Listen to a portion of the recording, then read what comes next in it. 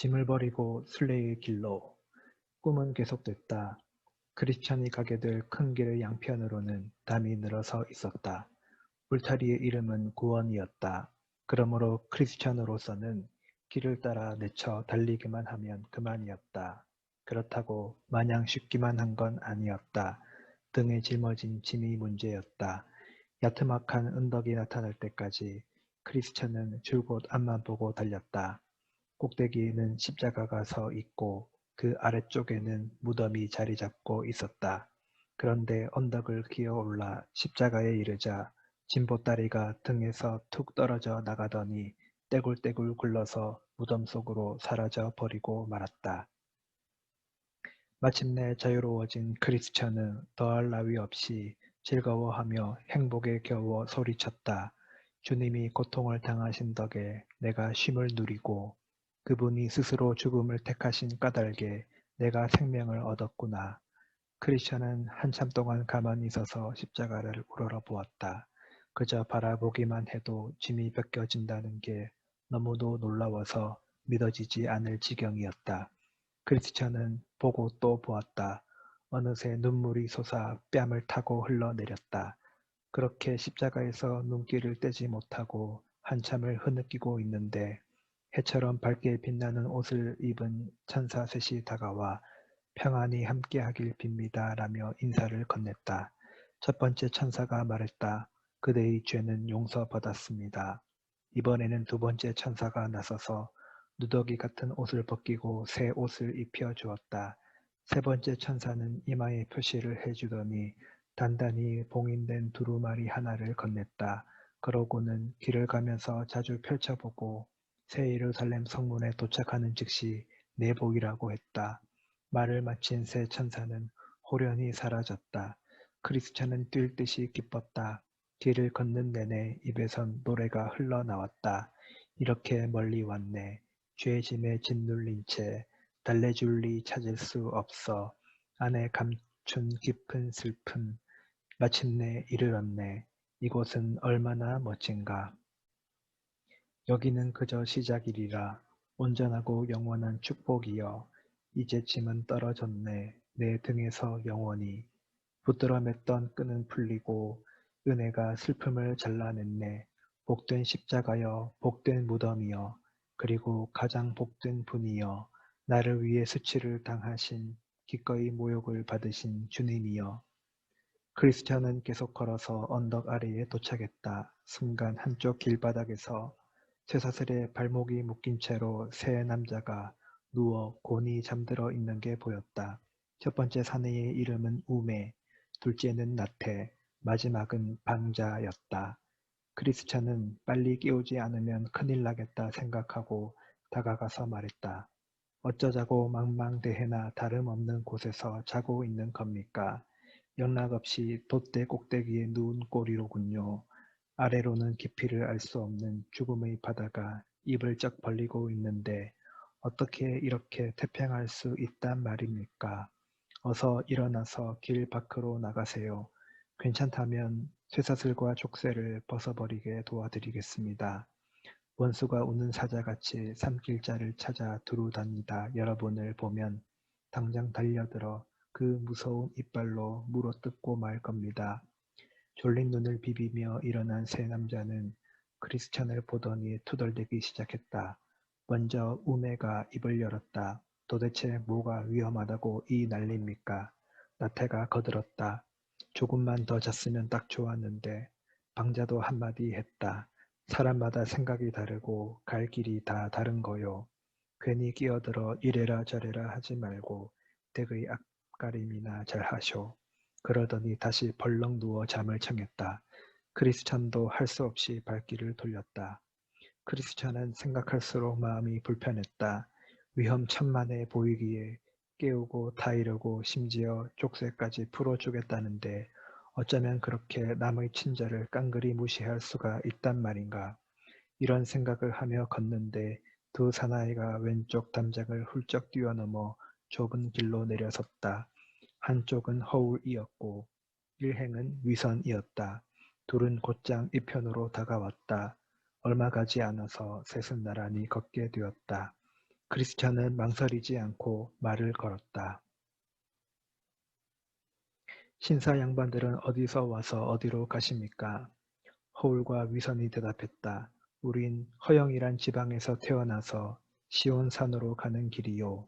거기서는 찬양과 영광을 한 몸에 받을 수 있다고 해서. 크리스찬이 물었다. 그럼 이 길 초입에 서 있는 문으로 들어오지 그러셨어요. 문으로 들어가지 아니하고 다른 데로 넘어 들어가는 사람은 도둑이요 강도라는 말씀도 못 들어보셨어요. 허울과 위선은 자기신들처럼 그저 담을 타넘기만 하면 질러갈 수 있는데 한석호 문을 지나서 길에 들어서길 고집하는 건 불편하기 이를 데 없는 소모전이라고 단정했다. 고향에서는 자기들뿐만 아니라 다들 그렇게 산다는 것이다. 하지만 무담친 입으로 볼 수도 있지 않을까요? 우리가 가려던 새 예루살렘 성의 주인께서는 손수 보여주신 뜻을 어기는 짓으로 여기실 거예요. 크리스천이 말했다.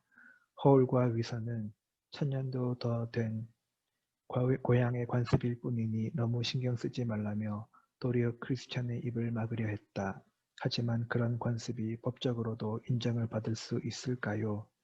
크리스찬은 끈질기게 물고 늘어졌다. 두 사람은 조금도 주눅들지 않고 대답했다. 공정한 재판관이라면 합법적인 풍속이란 판결을 내릴 거요.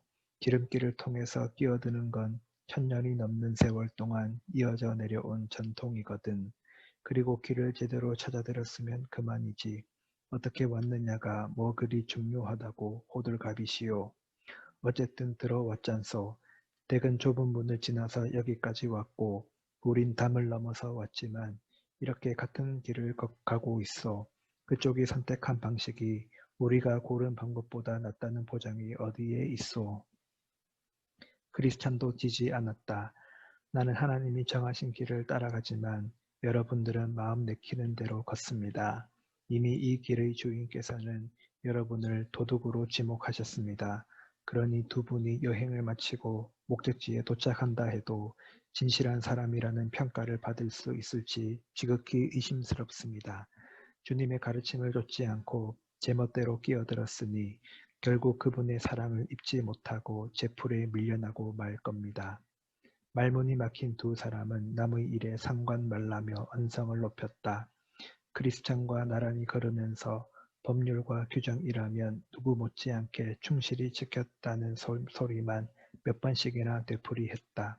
나중에는 부끄럽고 벌거벗은 몸을 감출 셈으로 어디선가 얻어 입었을 게 분명한 그 겉옷을 빼면 크리스찬과 자신들 사이에 다를 게 뭐가 있느냐고도 했다. 크리스찬은 또박또박 받아쳤다. 법률과 규정을 지키는 것만으로는 구원을 받을 수 없습니다. 좁은 문을 통해 이 길에 들어서지 않았기 때문이죠. 내가 걸친 이 외투로 말하자면 우리가 가고 있는 곳의 주인님이 주신 겁니다. 여러분이 말씀하신 그대로 벌거벗은 몸을 가리라고요. 그러니까 이건 그분의 따뜻한 마음을 보여주는 상징인 셈입니다. 전에는 달랑 누더기 한 벌뿐이었어요.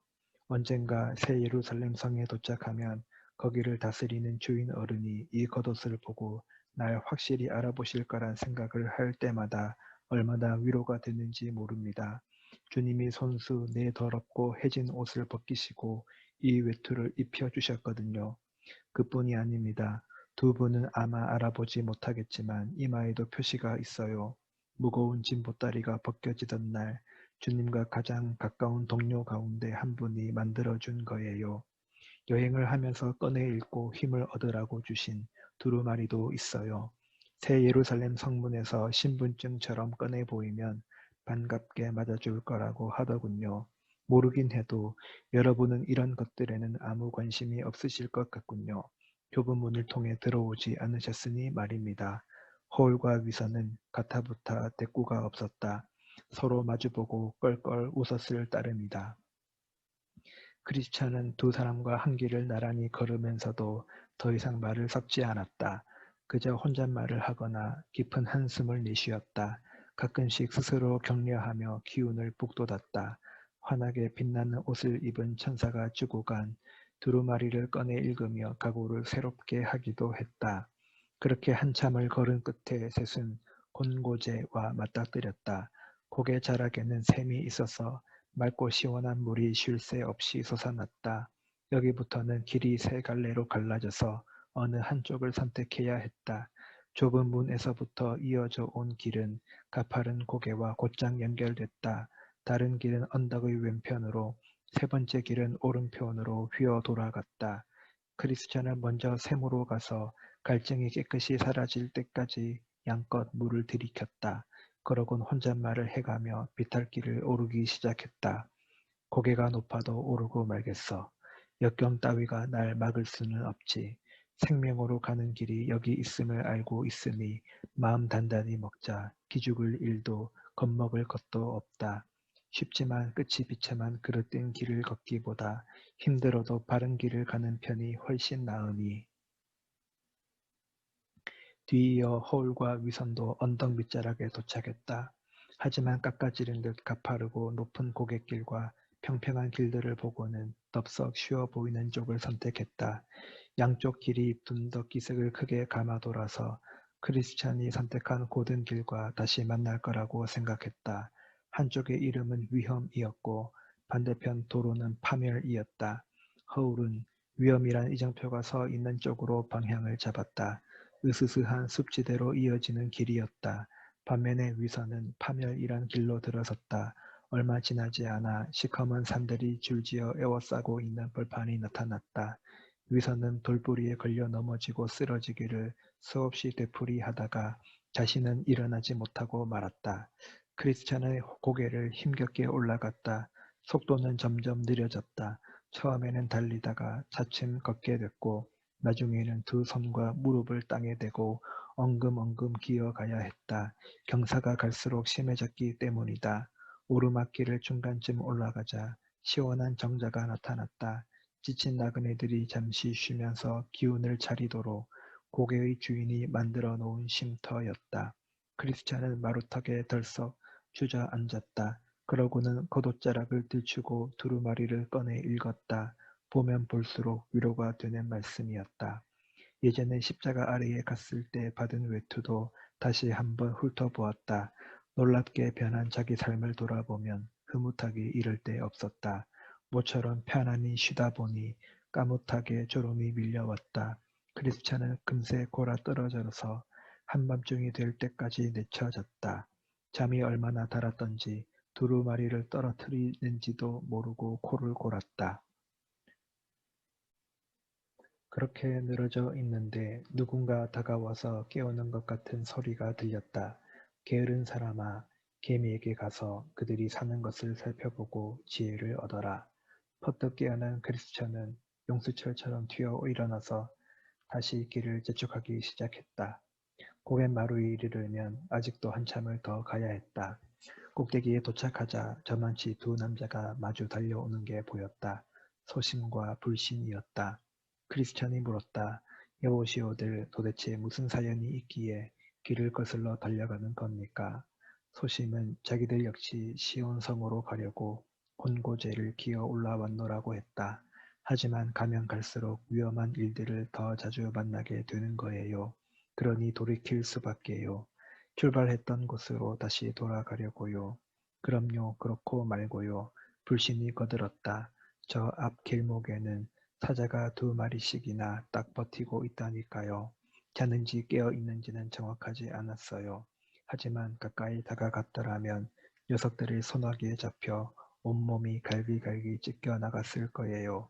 불 보듯 뻔한 일이죠. 크리스천이 말했다. 말씀을 들으니 겁이 나네요. 목숨을 건지려면 어디로 가야 할까요? 발길을 돌려 고향으로 돌아가면 죽을 수밖에 없어요. 머지않아 하늘에서 유황불이 쏟아지게 되어 있거든요. 새 예루살렘에 들어간다면 100% 안전하죠. 나로서는 전진할 수밖에 없어요. 돌아가는 건 곧 죽음을 의미하니까요. 앞만 보고 나아간다면 죽을 것만 같은 공포감에 시달리겠지만 그걸 넘어서면 영원한 생명을 얻을 수 있잖아요. 난 계속 가겠어요. 불신과 소심은 언덕 아래로 달려 내려가고 크리스천도 가던 길을 따라 걸음을 재촉했다. 그런데 방금 들은 얘기가 뇌리에서 떠나질 않았다. 품 안에 넣어둔 두루마리라도 꺼내 읽어야 마음이 가라앉을 것 같았다. 그러나 아무리 옷자락을 더듬어 봐도 통 찾을 수가 없었다. 낙심천만이었다. 어떻게 해야 할지 그야말로 난감했다. 거기 적힌 말씀을 보며 위안을 얻고 싶은 마음이 간절했다. 뿐만 아니라 두루마리는 새 예루살렘에 들어갈 수 있는 통행증이기도 했다. 크리스천은 넋 나간 사람처럼 멍하니 서서 허공만 쳐다보았다. 뭘 어떻게 해야 할지 통 알 수가 없었다. 기억을 더듬어 보니 고개 중턱의 쉼터에서 깊이 잠들었을 때 잃어버린 것 같았다. 크리스찬은 그 자리에 무릎을 꿇고 주저앉아서 어리석은 행동을 용서해 달라고 하나님께 간구했다. 그러곤 두루마리를 찾으러 길을 되짚어 내려갔다. 쉼터로 돌아가는 크리스찬의 마음은 한없이 무겁고 괴로웠다. 땅이 꺼져라 한숨을 쉬기도 하고 눈물을 훔치기도 했다. 피곤한 몸을 잠깐 추스르고 얼른 일어날 것이지 그런 데서 골아 떨어지는 멍청이가 또 있겠느냐며 자책하고 또 자책했다. 정자까지 가는 내내 크리스찬은 길바닥을 여기저기 사사치 훑었다.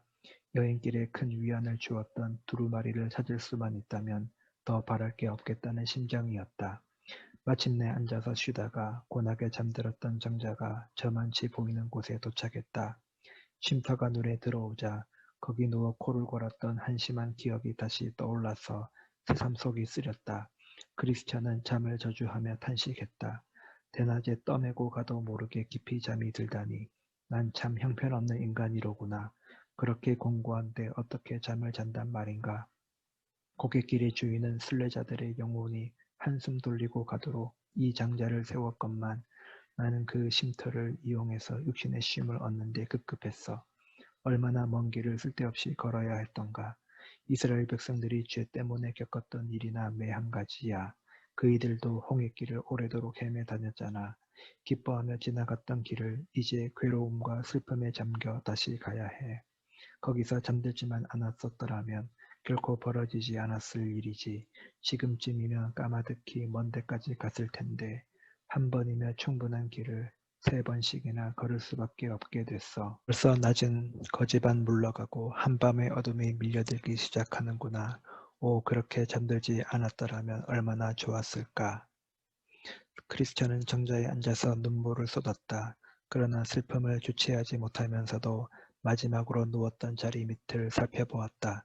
바로 그 순간 의자 아래로 삐죽 나와 있는 두루마리가 눈에 확 들어오는 게 아닌가. 떨리는 손으로 낚아채듯 집어 올린 크리스천은 누가 볼세라 얼른 품 안에 감추었다. 잃어버렸던 두루마리를 되찾은 기쁨을 어디다 비할 수 있으랴. 그건 생명을 보장하고 새 예루살렘 성에 들어갈 길을 열어주는 보증서였다. 크리스찬은 두루마리를 외투 안쪽 깊숙한 곳에 조심스럽게 간직했다. 그리고 그 소중한 물건이 떨어져 있는 자리로 시선을 돌리게 하신 하나님께 감사를 드리고 감격의 눈물을 흘리며 다시 길을 떠났다. 크리스찬은 재빨리 고갯길을 타고 올라갔다. 하지만 꼭대기에 이르기도 전에 해가 지고 말았다.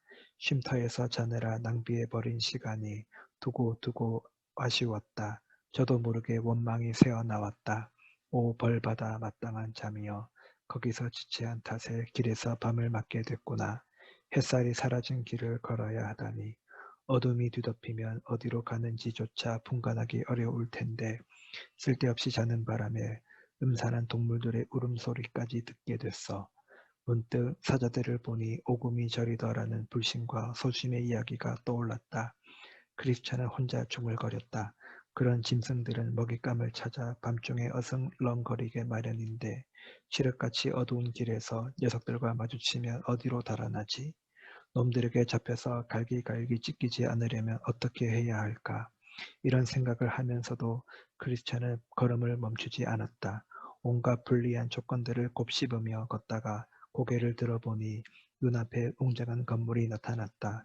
뷰티풀이라는 대궐같이 큰 집이었는데 큰 길 바로 곁에 서 있었다.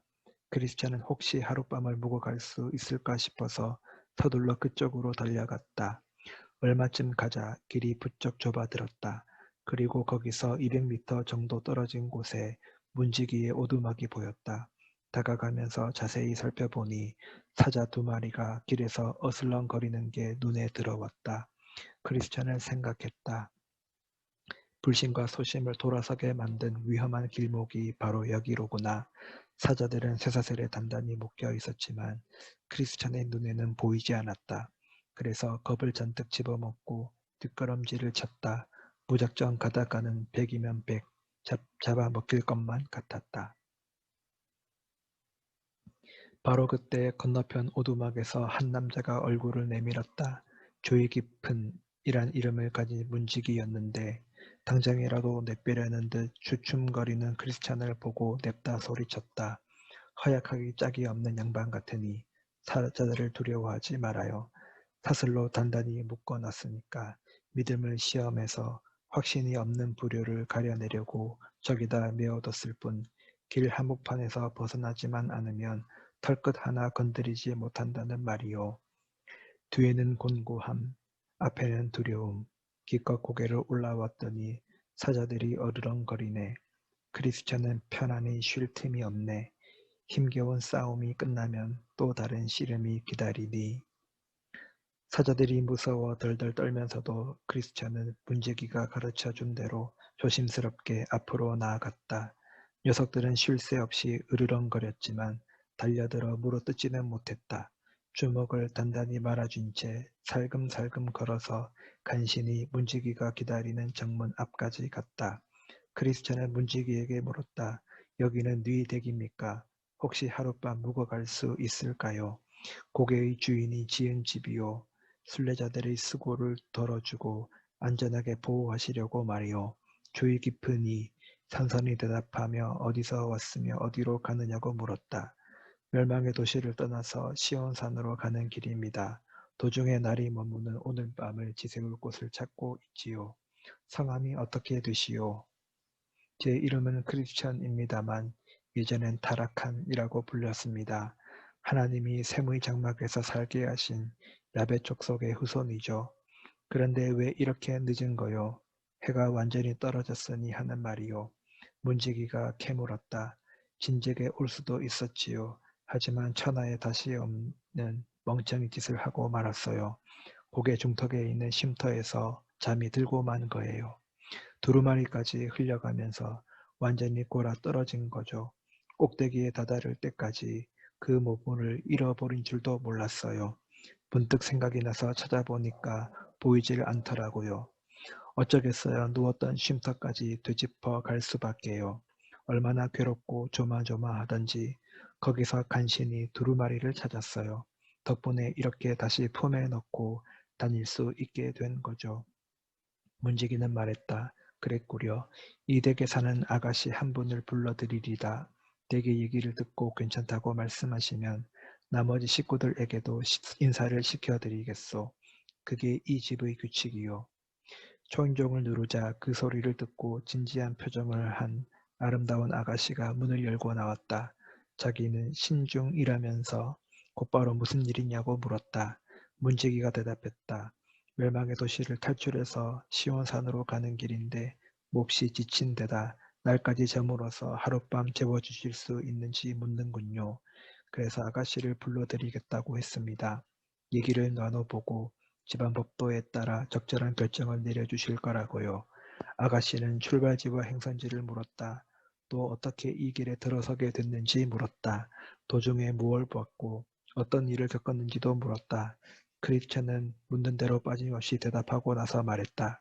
저는 크리스천이라고 합니다. 오늘 밤은 꼭 여기서 묵어 갔으면 좋겠습니다.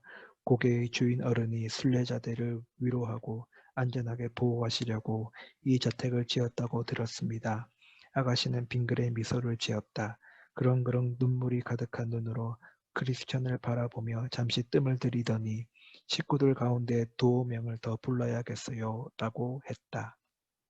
그러곤 안으로 들어가서 분별과 경건, 자선을 데리고 나왔다. 몇 마디 더 묻고 답한 뒤에 아가씨들은 크리스천을 집 안에 들였다. 어디선가 여러 식구들이 문간으로 몰려 나와서 낯선 손님을 맞아주었다. 어서 오세요. 주님의 축복이 함께하시길 빕니다. 이곳은 댁과 같은 순례자들을 환대하시려고 이 고개의 주인께서 지은 집입니다. 크리스천은 깊이 고개 숙여 인사하고 식구들을 따라 집 안으로 들어갔다. 자리를 잡고 앉자 마실 것을 가져다 주었다. 그리고 저녁 식사가 준비되는 동안 한데 어울려 이런저런 이야기를 나누었다. 너나 없이 흥미로운 토론으로 유익한 시간을 보냈다. 누군가 경건과 분별 자선에게 한마디 해달라고 부탁했다. 경건이 가장 먼저 입을 열었다. 착한 크리스찬 씨 잘 오셨습니다. 오늘 밤 우리 집에 모시게 돼서 얼마나 기쁜지 모르겠습니다. 여기까지 오는 동안 경험한 일들을 나눠주시면 모두에게 큰 도움이 될 것 같습니다. 크리스찬이 화답했다. 제 순례길에 관심을 가져주시니 참 반갑습니다. 기꺼이 모험담을 들려드리죠. 순례에 나서게 된 제일 큰 동기가 무언지 알고 싶습니다. 경건이 말했다.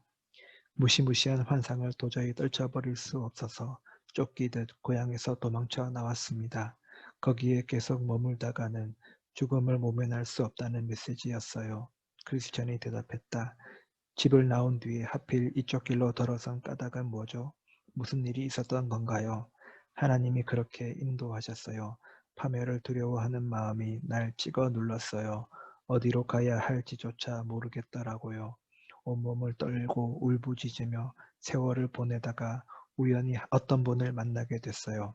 자기는 전도자라고 하면서 좁은 문으로 가라고 하더군요. 그 양반이 방향을 짚어주지 않았더라면 나로서는 바른 길을 찾을 수가 없었을 거예요. 가르쳐준 대로 쭉 따라오다 보니 결국 이 집까지 오게 됐습니다.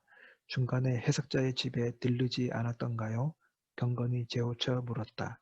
맞습니다. 그 댁에 있으면서 평생 잊지 못할 일들을 보고 들었습니다. 특히 세 가지가 가장 중요했어요. 첫째로 어떻게 그리스도께서 사탄의 회방에도 불구하고 마음속에서 은혜의 사역을 계속해 나가시는지 깨달았습니다. 둘째로 철창에 갇힌 사나이를 만났습니다.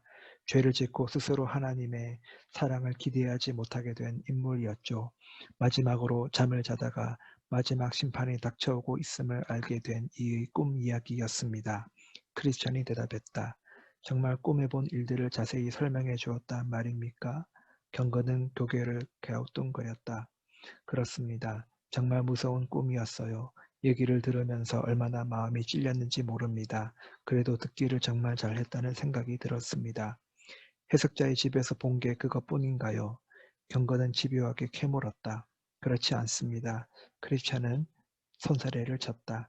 해석자는 온 백성이 모두 금빛 찬란한 옷을 입고 있는 우아한 궁전으로 데려갔습니다. 거기서 용감한 사나이 하나가 무장병사들의 방해벽을 뚫고 성문으로 돌진하는 장면을 보았습니다. 그러곤 열렬한 환영을 받으며 영원한 영광 가운데로 들어가더군요. 보는 것만으로도 얼마나 황홀하던지. 그 고마운 분 덕에 댁에 1년이라도 머물고 싶었지만 가야 할 길이 멀어서 그러지는 못했습니다. 여기까지 오는 도중에 또 무얼 보았습니까? 경건은 더 많은 걸 알고 싶어 했다. 본 게 있지요. 조금 더 갔더니 어떤 분이 피를 흘리며 나무에 달려 있는 게 보였습니다. 신기하게도 그분을 바라보는 순간 진 보따리가 등에서 떨어져 나갔습니다. 등짐이 너무 무거운 탓에 줄곧 끙끙거렸는데 그게 순식간에 해결돼 버린 겁니다. 좀처럼 보기 힘든 놀라운 일이었습니다. 그때까지 그 비슷한 일조차 겪은 적이 없었어요. 그 자리에 얼어붙은 채 십자가에 달린 분을 우러러 보고 있는데 해처럼 밝게 빛나는 천사 셋이 다가왔습니다. 한 분은 모든 죄가 용서받았음을 확인해 주었습니다. 또 다른 분은 누더기를 벗기고 여러분이 보고 계신 이 외투를 둘러 주었습니다. 세 번째 분은 내 이마에 표시를 하고 봉인된 이 두루마리를 주었습니다. 크리스천은 품 안에서 두루마리를 꺼내 보였다. 경건은 다시 캐물었다. 다른 것들도 보았지요. 그렇지 않은가요? 크리스찬은 지체 없이 대꾸했다. 지금껏 한 얘기들은 모두 굵직굵직한 일들만 추린 겁니다. 그 밖에도 이것저것 본 게 많습니다. 이를테면 새로 만든 족쇄를 찬 채 길 한쪽에서 자고 있는 세 남자를 만났습니다. 과연 제가 그 친구들을 깨울 수 있었을까요? 여러분들은 어떻게 생각하세요? 허울과 위선이 시온산에 간다면서 담을 넘어 끼어드는 것도 보았어요. 하지만 얼마 못 가서 길을 잃고 말더라고요. 그럴 것 같아서 여러 차례 주의를 주었지만 들은 척도 않더군요. 하지만 가장 힘들었던 건 이 고개를 기어오르고 사자와 맞닥뜨리는 따위의 일이었어요. 문간에 서 있던 고마운 문지기 양반이 아니었더라면 뒷걸음질 치다가 술래고 뭐고 다 집어치웠을 거예요. 하지만 이제는 여기까지 이르게 해주신 하나님께 참으로 감사해요. 반가에 맞아주신 여러분들도 고맙고요. 이번엔 분별이 크리스천에게 묻기 시작했다. 더러 고향이 그립지 않던가요? 자주 생각이 나기는 하더군요. 그립다기보다는 창피하고 진저리가 나는 쪽으로 말입니다. 만일 떠나온 곳을 생각하고 있었더라면 돌아갈 기회가 있었을 것입니다. 그러나 사실은 더 좋은 곳을 동경하고 있었던 겁니다. 그것은 곧 하늘의 고향입니다. 분별이 꼬집었다. 비록 도망쳐 나오기는 했지만 향수 같은 게 있을 것 같은데요. 있기는 있지요. 하지만 아쉬움 같은 건 아니에요. 한때 나뿐만 아니라 고향 사람들 모두가 즐거워하던 세상적인 욕구들이 남아있기는 하지만 이제는 괴롭고 가슴 아픈 기억을 불러일으킬 따름입니다. 마음 같아서는 두 번 다시 떠올리고 싶지 않은데 가장 선하고 좋은 일들만 생각하려고 노력해도 웬일인지 더할 나위 없이 끔찍한 것들이 되돌아와서 마음과 행동을 파고드는군요. 끈질기게 괴롭히던 악한 것들을 완전히 제압하는 경우도 있지 않습니까? 신중히 물었다. 사실입니다. 더러 그럴 때가 있어요. 제게는 금쪽같이 소중한 시간이죠. 크리스찬이 말했다. 악착같이 달라붙어 괴롭히는 악한 욕구와 생각들을 언제 제압할 수 있었는지 기억나세요? 크리스찬은 자신 있게 대답했다. 기억나고 말고요. 십자가 아래서 경험한 일들을 생각할 때 그렇습니다. 아름답게 수놓은 겉옷을 볼 때 그렇습니다. 외투 안에 품고 다니는 두루마리를 읽을 때 그렇습니다. 내가 향해 가는 목적지의 모습을 마음에 그려볼 때도 그렇습니다. 신중히 의아하다는 듯 물었다. 어째서 그토록 간절히 시온산에 가고 싶어 하는 거죠? 십자가에 달려 돌아가신 나의 구세주가 살아계신 걸 보고 싶기 때문이죠. 지금 날 괴롭히는 것들을 죄다 떨쳐버리고 싶고요. 거기엔 죽음이 없고 한없이 사랑하는 이들과 더불어 살게 된다고 하더군요. 솔직히 말씀드리자면 그분을 사랑하는 건 내 짐을 가볍게 해주신 까닭입니다. 마음의 병으로 더 버틸 수 없을 만큼 지쳤거든요.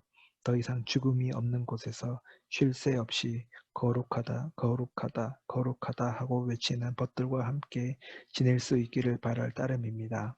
이어서 자선이 크리스찬에게 물었다. 가족이 있으신가요? 결혼하셨어요? 아내와 혼인해서 어린 자식 넷을 두었습니다. 왜 함께 오지 않았나요? 크리스찬은 눈물을 글썽이며 말했다.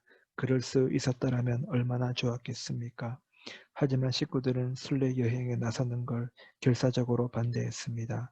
그렇다 하더라도 그냥 남아있는 게 얼마나 위험한 일인지 다시 설명하고 가르쳤어야 했습니다. 자선이 다그쳤다. 했지요. 크리스찬이 해명했다. 하나님이 이 도시 전체를 남김없이 파멸시킬 거라고 수없이 얘기했어요. 하지만 다들 우스갯소리 취급을 하더군요. 도무지 믿으려 들지를 않았어요. 그 말에도 자선은 순순히 물러서지 않았다. 식구들이 진심 어린 충고에 귀를 기울이도록 은혜를 베풀어 주시길 하나님께 기도해 봤습니까? 크리스천이 대답했다. 당연하죠. 수없이 간구하고 애원했습니다. 짐작하시리라 믿습니다만 내게는 아내와 가엾은 아이들이야말로 더없이 소중한 존재들입니다. 멸망을 앞두고 얼마나 괴롭고 두려운지 가족들에게 솔직하게 털어놓은 적이 있습니까? 선생은 파멸의 순간이 임박했음을 생생하게 내다보고 있었던 것 같습니다만 그렇습니다. 설명하고 또 설명했지요. 잔뜩 겁먹은 얼굴하며 눈에 가득한 눈물, 심판이 코앞에 닥쳤다는 사실에 온몸을 떠는 모습을 식구들도 보았을 거예요. 하지만 서글프게도 그 정도만 가지고는 선뜻 따라 나설 결심을 하기 어려웠던 모양입니다. 가족들은 뭐라고 하던가요? 무슨 핑계를 대면서 함께 가지 않겠다고 하던가요? 아내는 세상을 다 잃게 될지도 모른다고 걱정하더군요. 아이들은 고맘때 젊은이들이 좋아할 만한 일들을 쫓아다니느라 정신이 없었어요. 그러니 이런저런 핑계를 대면서 순례 여행을 내켜하지 않았죠. 자선은 더 깊이 파고들었다. 멸망의 도시에서 보내는 나날이 허망하다는 걸 깨닫지 못했군요. 그런데 어떻게 선생의 삶에는 변화가 찾아오고 결국 길을 떠날 결심까지 하게 됐던 거죠.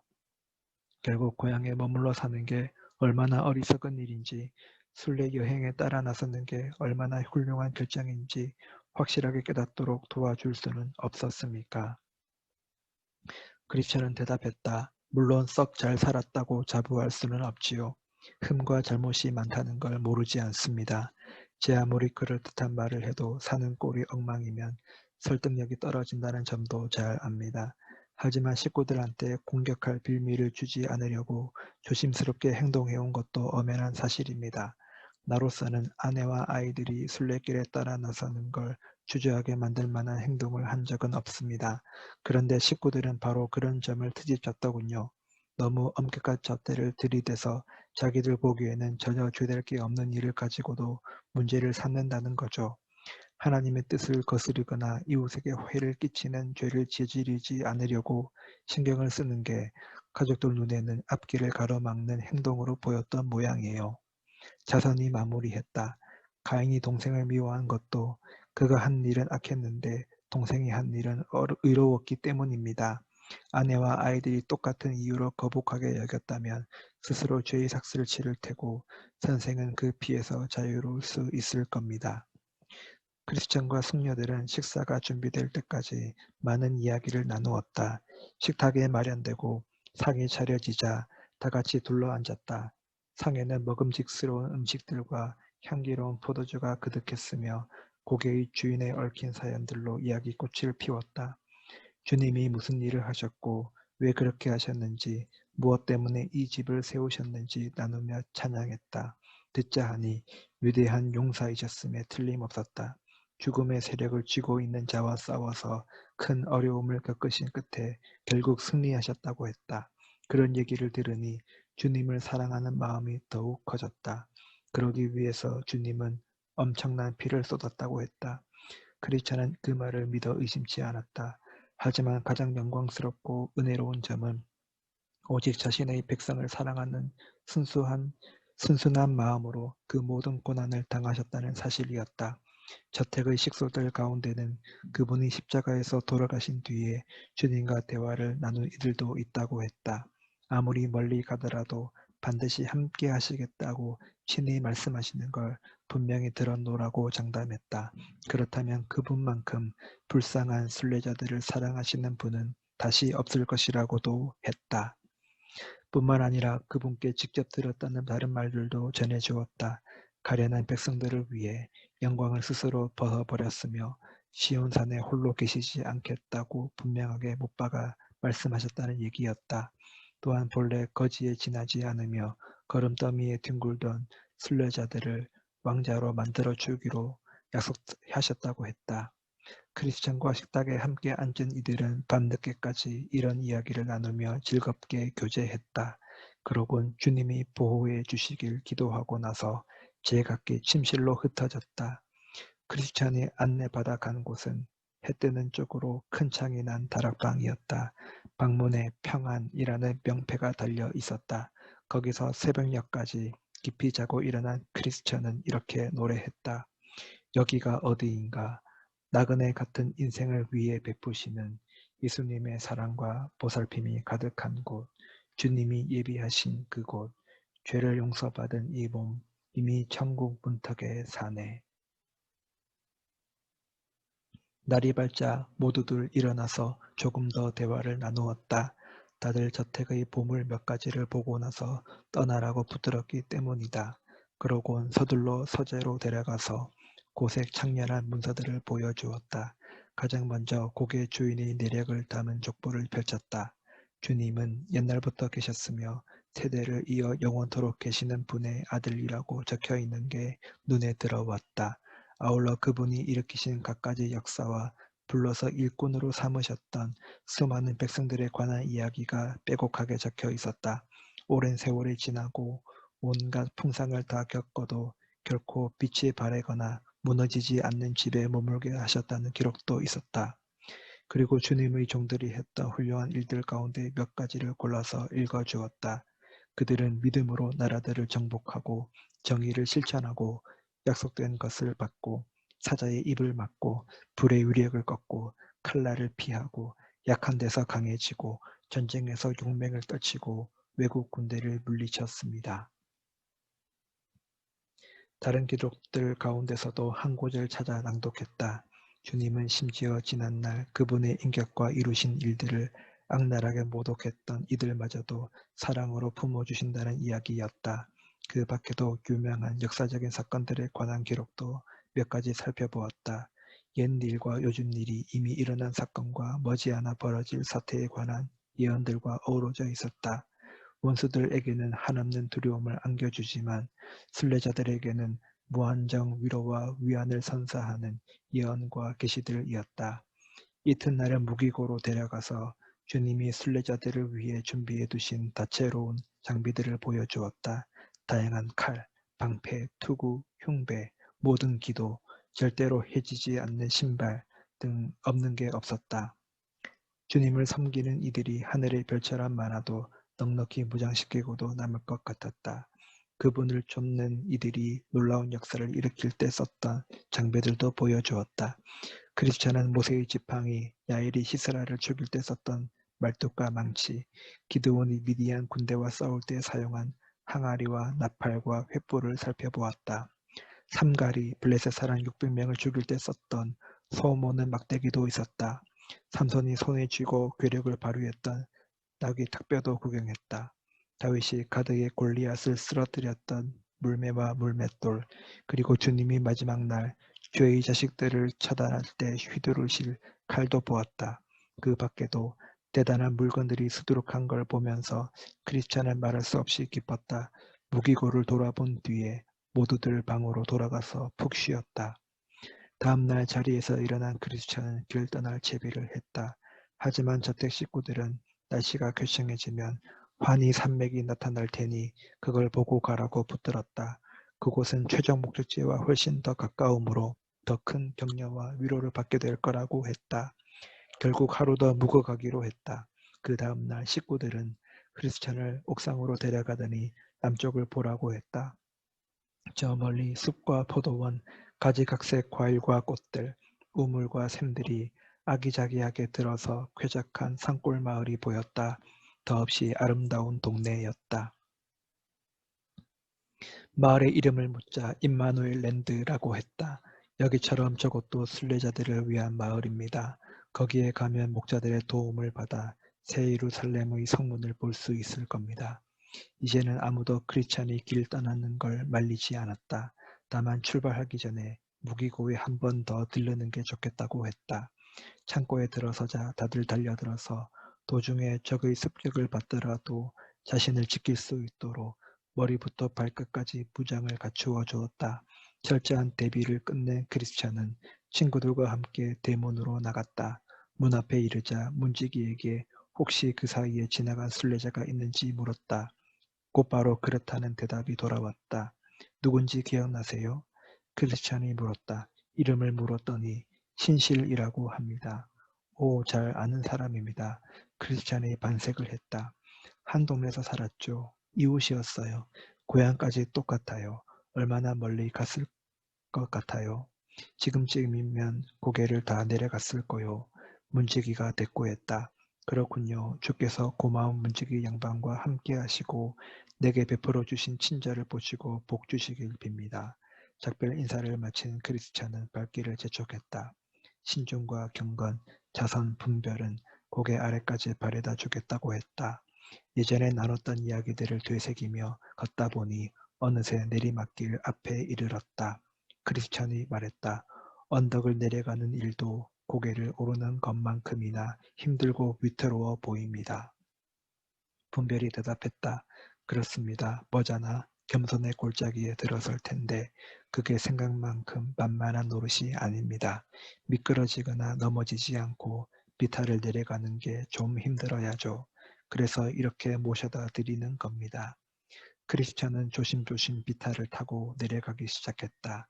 도움을 받아가며 살금살금 걸어도 한두 차례 엉덩방아를 찢는 건 어쩔 수가 없었다.